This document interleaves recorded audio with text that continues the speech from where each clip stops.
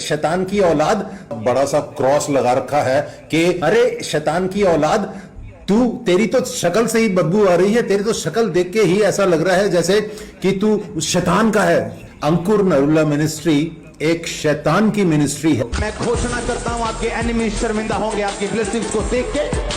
मैं घोषणा करता हूं जो लोग आपको नीचे जाता देखना चाहते हैं, आपको 2 कदम 10 कदम और 100 कदम ऊंचे जाते दिखने वाले यीशु मसीह के नाम में। सैमुअल माइकल, जी हाँ दोस्तों, वही पास्टर जो बावरा कावरा हो चुका है, जिसे देखने के बाद आपको साफ पता चलता है कि उम्र आपको बुद्धि नहीं दे सकता, क्योंकि बुद्धि यहोवा की ओर से आता है। मैं इनके बारे में वीडियोस नहीं बनाना चाह रहा था, परंतु ये कुछ ऐसी हरकतें कर देते हैं बीच बीच में, जिसके बारे में मुझे वीडियोस बनाना ही पड़ता है, इनको रिप्लाई देना ही पड़ता है। क्योंकि आपने देखा होगा कि एक हमारे मसीही भाई हैं जो इंस्टाग्राम पर वीडियोस बनाते हैं शुभम नाम से, उन्होंने इस बाबा को रिप्लाई दिया, जो कि उनके बारे में कोई भी रॉन्ग वर्ड्स उन्होंने नहीं कहा, परंतु इस मूर्ख बाबा को ज्ञान देने वाले लोगों से सख्त नफरत है। जिस तरह की बाइबल कहता है, मूर्ख को ज्ञान ना दे, वो तुझसे ही बैर करेगा। और इस बाबा को इसलिए ही शुभम भाई की बातें बुरी लग गई, और ये मूर्ख बाबा उनके पर्सनल में जाकर उनके पर्सनालिटी को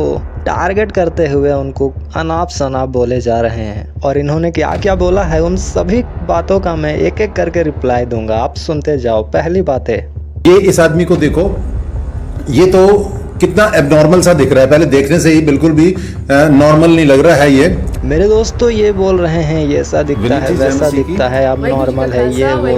तो परमेश्वर का वचन कहता है यशायाह की पत्री 43 अध्याय का 4 में, मेरी दृष्टि में तू अनमोल और प्रतिष्ठित ठहरा है और मैं तुझसे प्रेम रखता हूँ। हालेलुया।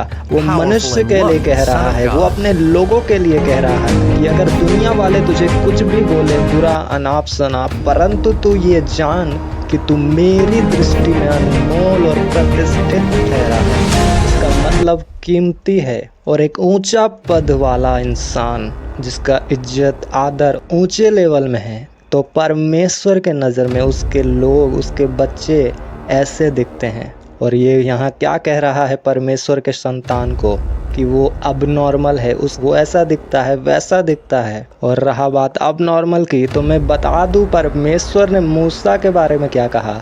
निर्गमन की पत्री 4 अध्याय का 11 में यहोवा ने उससे कहा, मनुष्य का मुंह किसने बनाया है और मनुष्य को गूंगा व बहरा या देखने वाला या अंधा मुझ यहोवा को छोड़ कौन बनाता है। हालेलुया। मेरे दोस्तों, बाइबल की शिक्षा हमें कहती है इंसान को बुरा कहना सीधा सीधा परमेश्वर को बुरा कहना होता है। अगर हम किसी इंसान को उसके पर्सनालिटी या चेहरे या कहीं भी किसी भी चीज़ों से उसकी बुराई करते हैं, तो वो बुराई हम सीधा परमेश्वर की करते हैं। क्योंकि मनुष्य को किसने बनाया है? परमेश्वर ने अपने स्वयं हाथों से रचा है। और उसी परमेश्वर के बनाए गए मनुष्य की बुराई करना, इसका मतलब हम परमेश्वर के बनावट को तुच्छ समझ रहे हैं, उसकी निंदा कर रहे हैं, उसको ये कह रहे हैं कि तूने खराब चीज़ें बनाई है और हमारा परमेश्वर उत्तम चीज़ें बनाता है। उसने जब सारा कुछ सृष्टि में रच दिया तो कहा अच्छा है। और हम दुष्ट आत्मा वाले लोग ये कहें कि परमेश्वर की बनाई गई चीज़ें अच्छी नहीं है, तो समझो ये खुद दुष्ट आत्मा से भर के फील्ड होकर बातें कर रहे हैं। और आगे क्या कहते हैं, दूसरों को दुष्ट आत्मा, क्योंकि मेरे पिता ने मुझको सिखाया है कि श्राप नहीं देना है, और आपका जो पिता है शैतान, उसने सिर्फ यही सिखाया है आप लोगों को कि श्राप दो और धमकियां दो और किसी को डराओ, ओ गरजने वाले सिंह की तरह। अब बाबा जी का पिता क्या इनको सिखाते हैं वो तो फर्स्ट क्लिप में ही हमने जान लिया, क्योंकि शैतान ही है जो परमेश्वर के बनाए गए चीज़ों का निंदा करता है, अपमान करता है। वरना अगर ये परमेश्वर के स्पिरिट से बातें करते हैं तो ये शुभम भाई को वो बातों का जवाब देते जो उनको बाइबल से अलग लगा कि शुभम ने अलग चीज़ें बोली, तो ये उनको करेक्ट करते हैं, ना कि उनके चेहरे पर, उनके बॉडी पर्सनैलिटी पर टारगेट करते हैं। अभी मैं भी इन बाबा के चेहरे या बॉडी शेमिंग को लेकर कुछ भी बोल सकता हूँ, परंतु ये परमेश्वर का आत्मा वाला बंदा कतई नहीं बोल सकता, क्योंकि उसे पता है परमेश्वर ने इंसानों को परफेक्ट बनाया है। हम इतने पावरफुल और ऊंचे लेवल के बंदे नहीं हैं कि परमेश्वर के बनावट को बुरा कहें और परमेश्वर के चीज़ों में कमियां निकालें। जो परमेश्वर के बनाई गई चीज़ों में कमियां ढूंढता है वो खुद श्रापित हो जाता है। उसके जीवन में से ब्लेसिंग्स को परमेश्वर कम करना शुरू करता है। जो कुछ भी है वो ले लिया जाता है, क्योंकि उसने कहा जिसके पास थोड़ा है उसने संभाला नहीं, उससे वो भी ले लिया जाएगा। और इनको कोई रिप्लाई दे तो ये कहते हैं तुम्हारा तो शैतान है पिता, इसलिए तुम शैतान की तरह फाड़ने वाले सिंह हो। तो मैं इनको बता दूं कि बाइबल में परमेश्वर को प्रकाशित वाक्य जब आप 5 का 5 पढ़ेंगे तो वहाँ यीशु मसीह को सिंह कहा गया है, शेर कहा गया है। इसलिए मेरे बाबा जी, जब आपके अंदर वो शैतान गरजने वाला सिंह है तो उसको जवाब देने के लिए हमें भी अंदर से यहूदा के गोत्र के सिंह को जगाना पड़ेगा, और फिर आपको मिर्ची लगती है। बहुत दुख की बात है कि इनके पास लाखों लोग आते हैं और इन्होंने सिर्फ लोगों को भरमा करके इतनी बड़ी भीड़ इकट्ठी करी है।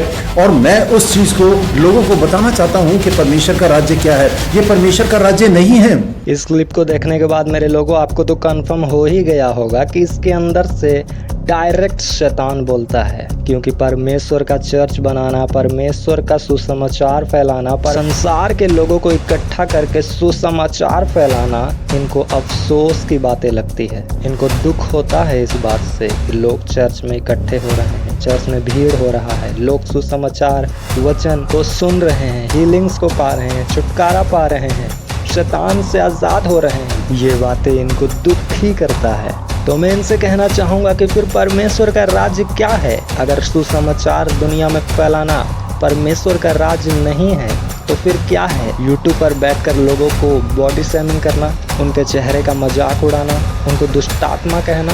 यीशु मसीह कहते हैं मत्ती की पुस्तक 12 अध्याय का 27 और 28 में, भला यदि मैं शैतान की सहायता से दुष्टात्माओं को निकालता हूँ तो तुम्हारे वंश किसकी सहायता से निकालते हैं? इसलिए वे ही तुम्हारा न्याय चुकाएंगे। पर यदि मैं परमेश्वर के आत्मा की सहायता से दुष्टात्माओं को निकालता हूँ तो परमेश्वर का राज्य तुम्हारे पास आ पहुँचा है। जीसस यहाँ स्वयं बोलते हैं, अगर मैं दुष्टात्माओं को निकाल रहा हूँ परमेश्वर की आत्मा के द्वारा तो समझो वही परमेश्वर का राज्य है। इसलिए मेरे दोस्तों, अंकुर नरूला मिनिस्ट्री में परमेश्वर का राज्य काम कर रहा है और शैतानों को जलन हो रहा है, और वो हमेशा जलन करता ही रहेगा, पर उसको चैन नहीं मिलेगा। आगे मेरे दोस्तों लास्ट क्लिप में आपको दिखाता हूँ। अपोस्टल अंकुर यूसुफ नरूला जी के द्वारा की जाती है। अपने YouTube चैनल की TRP बढ़ाने के लिए, कुछ चुनिंदा लाइक्स और व्यूज के लिए आप ऐसा गंदा काम मत कीजिए। इस बंदे को आपने देखा जिसको आपने, जो ये वीडियो में बोल रहा था, लाल रंग की शर्ट पहनी है, ये लंबा सा बड़ा सा क्रॉस लगा रखा है कि देखने से ही पता चल जाए कि एक पादरी, एक परमेश्वर का जन बोल रहा है। अरे शैतान की औलाद, तू, तेरी तो शक्ल से ही बदबू आ रही है। तेरी तो शक्ल देख के ही ऐसा लग रहा है जैसे कि तू शैतान का है। तेरे मुंह से टपक रहा है शैतान की खूबियां। यहाँ इसे कोई प्यार से थोड़ा समझाया नहीं कि दूसरी तरफ इसे बड़ा ही मिर्ची तुरंत लग जाता है। शायद ये मिर्ची लेकर ही घूमते हों। अब बाबा जी को शुभम भाई की बातें सुनकर ये लग रहा है कि ये बड़े परमेश्वर के दास हैं, तो इसमें वो जलन क्यों कर रहे हैं, इसमें वो डर क्यों रहे हैं इतना। अब आपकी बातें सुनकर लोग शैतान आपको समझते हैं, आपको थोड़ा बच्चा दिमाग समझते हैं, आपको कम बुद्धि का समझते हैं। तो इसमें आपके अंदर कमियां हैं। आप अपने आप को सुधारो ताकि आपकी बातें सुनने के बाद भी लोगों को लगे कि आप परमेश्वर के दास हो। पर आप क्या ये अबे उबे, ये क्या गली गली में जाकर छपरीगिरी करते हो क्या वीडियो बनाने के बाद? कौन सा लैंग्वेज बोलते हो? अपने पास्टर वाले ओहदे का नहीं तो कम से कम अपने उम्र का ही तो लिहाज कर लो। एक इंसान इतना कैसे रिस्क के लिए गिर सकता है, इतना कैसे डाउन हो सकता है? आप उनको बोल रहे हो कि तुम्हारे मुंह से ऐसा बदबू आता है, ये आता है। जब वो वीडियो बना रहे थे तो आप उनके मुंह पर घुसे हुए थे क्या? परमेश्वर ने मुंह आपको प्रचार करने के लिए दिया है, आपको वचन शेयर करने के लिए दिया है, पर यहाँ क्या आप लोगों की निंदा, बुराई, चुगलियाँ ये सब लेकर बैठे हो? मत्ती की पुस्तक में यीशु ने कहा 12 अध्याय का 36 में, और मैं तुमसे कहता हूँ कि जो जो निकम्मी बातें मनुष्य कहेंगे न्याय के दिन हर एक बात का लेखा देंगे। तो समझ जाओ बाबा जी, आपको लेखा देना होगा। आप कितने लोगों की बुराई करते हो। सच्चा परमेश्वर का दास परमेश्वर की बातों की खोज में रहता है, ना कि एक्सपोज वीडियो बनाने में। मैं आपको पर्सनली एक्सपोज कर सकता हूँ, मैं आपके ऊपर पर्सनली टारगेट कर सकता हूँ, पर मैंने आपको वचनों से करेक्ट किया है ताकि आप वचनों के द्वारा सीखो और अपने आप में सुधार लाओ, क्योंकि सिखाने वाला मैं नहीं, वचन है। जो वचन कहता है वो मैं आपको बता रहा हूँ। परमेश्वर से डरो, परमेश्वर का भय मानो, परमेश्वर का नाम व्यर्थ ना लो। अगर आपको अंकुर नरूला पसंद नहीं है तो उसे मत देखो, उसको अपने सोशल मीडिया हैंडल से ब्लॉक कर दो। आपको लगता है कि वो गलत शिक्षा सुना रहे हैं, तो आप में दम है, आप में परमेश्वर का आत्मा है, तो आप सही शिक्षा प्रीच करो। परमेश्वर आपके साथ होंगे अगर आप सच्चे हैं तो। लेकिन आपको भी पता है कि आप क्या हैं, तो सुधर जाओ, वरना परमेश्वर सुधारना जानता है। तो मेरा उम्मीद है कि आप समझे होंगे। तो मिलते हैं मेरे दोस्तों हम फिर किसी और वीडियो में किसी और टॉपिक के साथ। तब तक के लिए आप सभी को जय मसीह की। जीसस के वर्ड्स पे विश्वास करते हो ना, तो उसने कहा कि तुम्हें हर एक मनुष्य को उचित रीति के साथ उत्तर देना आ जाए।